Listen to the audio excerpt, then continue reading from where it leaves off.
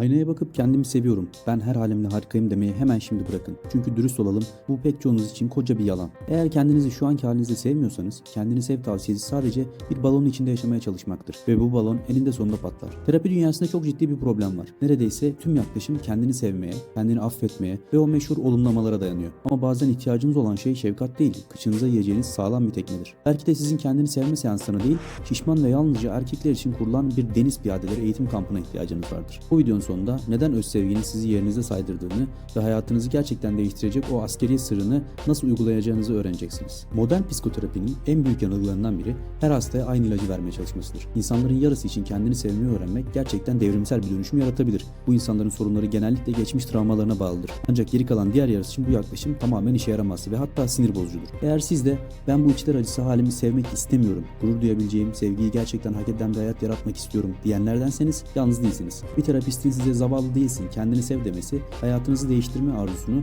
o içinizdeki değişim ateşini söndürmekten başka hiçbir işe yaramaz. Terapistlerin çoğu hastaların hedeflerine ulaşmasından ziyade duygular hakkında konuşmaya odaklanır. Birisi nasıl kız arkadaş bulurum diye sorduğunda terapist genellikle bu soruyu neden kız arkadaşın olmadığını düşünüyorsun, bana hislerini anlat gibi ucu bucağı olmayan başka bir soruya dönüştürür. Ve sonuç yıllarca süren duygular hakkında konuşulan ama dış dünyada hiçbir şeyin değişmediği bir döngü. Oysa bazen çözüm duyguları metabolize etmek değil, o duyguyu size hissettiren dış koşulları değiştirmektir. Şimdi düşünün, plaja gidiyorsunuz ve dış görünüşünüzden utanıyorsunuz. Önünüzde iki seçenek var. Ya partnerinizin size sen harikasın, çok seksisin demesiyle kendinizi biraz avutmaya çalışırsınız ki bu zihinsel bir işlemlemedir, ya da egzersiz yapmaya başlar ve beslenmenizi değiştirirsiniz. Terapi genellikle birinci seçeneğe saplanıp kalır. Ancak gerçek ve kalıcı değişim çoğu zaman o dışsal koşulları düzeltmekten geçer. İşte burada devreye acemi birliği psikolojisi giriyor. Neden oradan gelen insanlar oradaki onca istismara rağmen kendilerini çok daha özgüvenli ve dirençli hissederek çıkıyorlar? Oradaki talim çavuşları size zavallısın, asla başaramayacaksın diye bağırırken aslında çok kritik bir şey yaparlar. Size yatırım yaparlar ve sizden asla vazgeçmezler. Size bugün başarısız olsanız da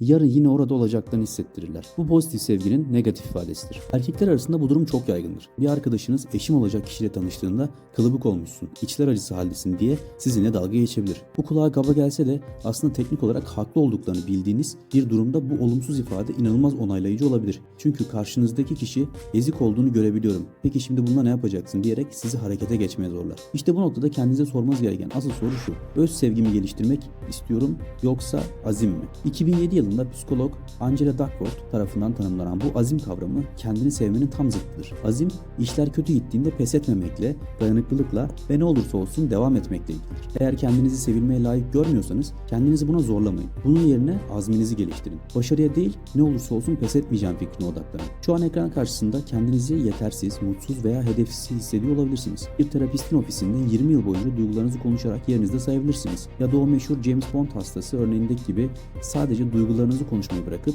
hayatınızı gerçekten değiştirmeye karar verebilirsiniz. Bir gün ofise gelip gerçekten mutsuzum diyen birine hadi duyguların hakkında konuşalım demek yerine hayatını değiştirmek ister misin diye sormak, işte asıl kırılma noktası budur. Unutmayın, suçluluk ve utanç gibi duygular aslında sizin ahlaki pusulanızdır. Yanlış bir şey yaptığınızda size doğruyu göstermeye çalışırlar. Bu duyguları bastırmaya veya onları sevmeye çalışmak yerine onları değişimin yakıtı olarak kullanın. Eğer pes etmeden etrafınızdaki koşulları şekillendirmeyi başarırsanız işte o zaman başardıklarınız için hak ettiğiniz o gerçek gururu ve güveni kendiliğinden hissedeceksiniz. İyileşmek her zaman içeride değil, bazen dışarıda başarılı olmaktır. Eğer bu yaklaşım size mantıklı geldiyse haftaya bu azim ve irade kavramını gündelik hayatınızda nasıl somut adımlara dönüştürebileceğinizi nörobilimsel yöntemlerle anlatacağım. O videoyu kaçırmamak için abone olun. Artık öz sevgi tuzağından nasıl çıkacağınızı ve gerçek direncin temelini öğrendiniz. Ama bu disiplini ikili ilişkilerde veya kariyerinizde nasıl kullanacaksınız? İşte şimdi ekranda çıkan videoda tam olarak bu dışsal başarıya odaklanan stratejileri anlattım. Oraya tıklayın ve değişimi gerçekten başlatın.